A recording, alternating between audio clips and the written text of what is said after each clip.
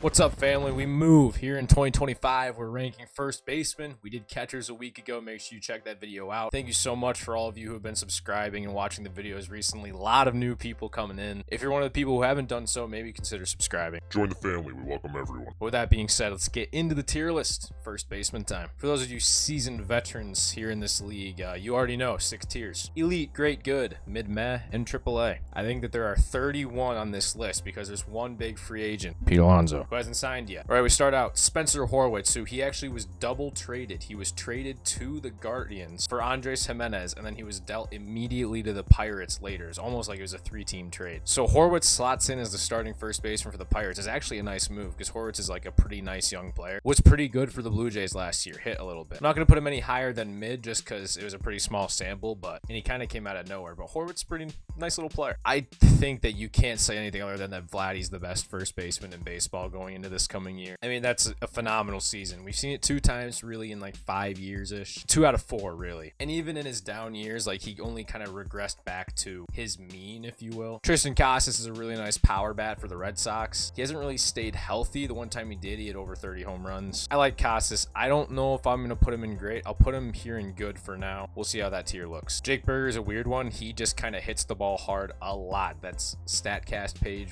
red a lot in the hard hit category, that is. He slots in with the Rangers now, new team. He profiles pretty well as a first baseman. They decided to go to a right-handed option here, maybe a platoon. Maybe we see Jock play a little first base. I think Burger has to go in good. He's proved it now for a couple years. Like, he just kind of hits. Tyler Soderstrom, on the other hand, hasn't really hit a lot since coming up to major leagues. I don't think we can slot him anywhere other than meh. Seth Brown's kind of his platoon backup, if you will. Luke Raley profiles in the first base position very well. Pretty nice power bat, walks a little bit. Lefty, he's kind of a lot more athletic than you'd think. He's played center field in his career. For the Mariners, I don't know if he's what they need, but as a first baseman, he's definitely good. He's definitely a tier above Horwitz. Sean Newell, on the other hand, his bat does not profile well at first base at all whatsoever. He's kind of the opposite of Rayleigh. It's an on-base contact king. Only drafted in 2023. He was like the 20th pick or so.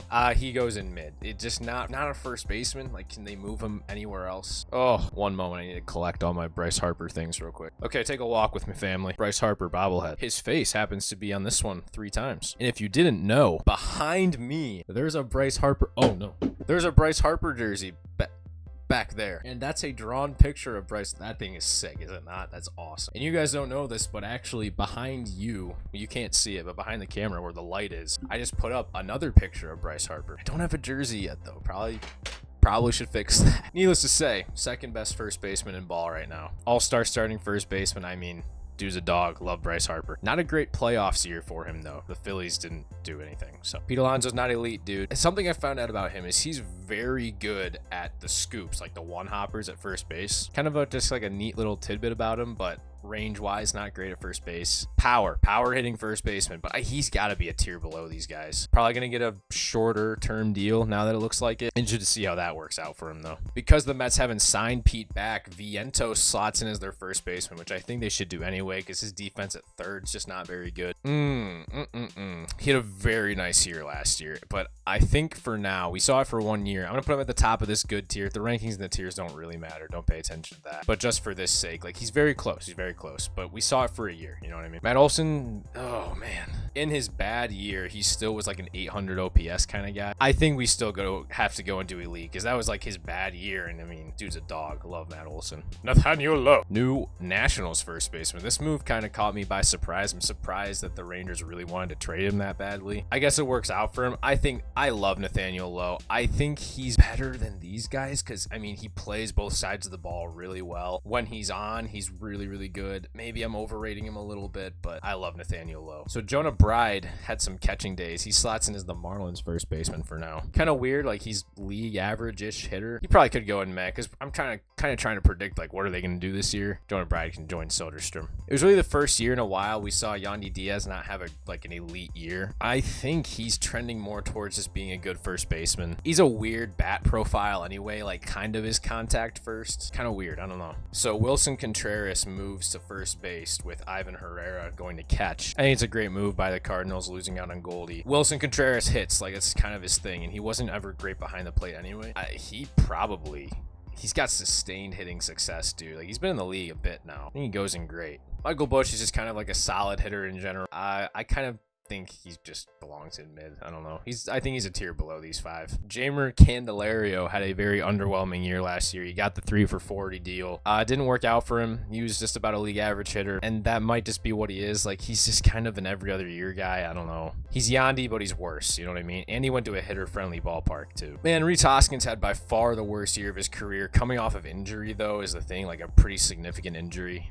ACL tear. I love Rhys Hoskins. That's my boy. That's my favorite player. But it's the only year where he's had not an 800 OPS. You know what I mean? Like, there is still legitimate argument for why he's going to go into the good tier. And it feels weird to like look at Vientos and Hoskins in the same tier, but I would not be shocked at all if Rhys Hoskins comes back and has an over 800 OPS, especially in a Brewers team. This is kind of a factory, you know. Frederick is still an elite first baseman. I think we can rank this one, I guess. This is how I'd put it. Vai's got to be the best. I think Freeman's right behind Harper. I think in my top 50 players, I've got Harper and Freeman separated by 2 spots. Lamont Wade Jr. just kind of has always been kind of a mediocre first baseman in general. Not a power bat either, though. Late night Lamont. Put him in mid. So Josh Naylor gets traded to the Guardians. I saw someone comment on the last week's video, something pretty interesting, how I think the Guardians are trying to get him to like cut down and he just doesn't want to do it, which is kind of funny.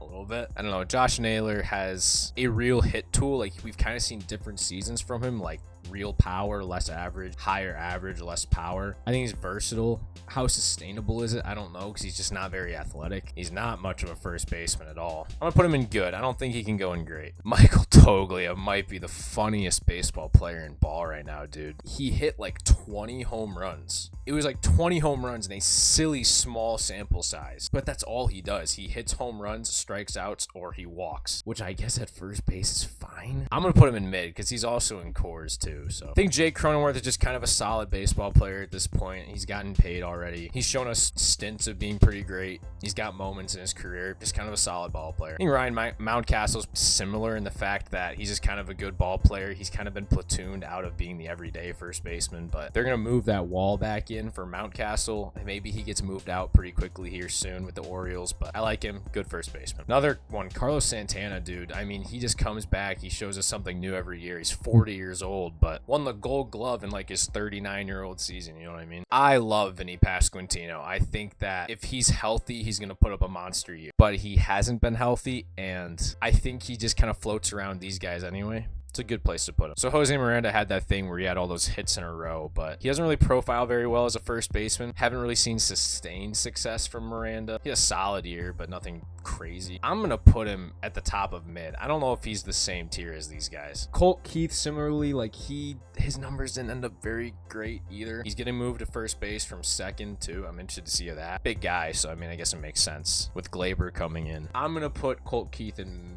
the top of mid. Andrew Vaughn, it's never gonna happen, guys. I mean, he had 1 year, 2021 was it? I just don't think the Andrew Vaughn thing's ever gonna really happen. Christian Walker is very good, very, very good. I think I have him ranked 44th. Like, he's a top 50 player in ball, and he's going to Houston now, where those Crawford boxes are going to help the power numbers too. Has to be elite. Great defender too. Last but not least, Goldie. He goes to New York. I don't know if his numbers are going to change just because he's in New York. I wouldn't be shocked if he comes back and has around an 800 OPS though for that team. From what we've seen the last couple of years, I think he's just good. I don't think he's definitely not great, but I don't think you drop him that far for that. All right, that's the tier list. First baseman 2025. Thank you very much for being here. If you enjoyed the video, remember to leave a like as well as subscribe. It's still around the new year. Happy New Year. Have a great day and be productive. See you in the next one.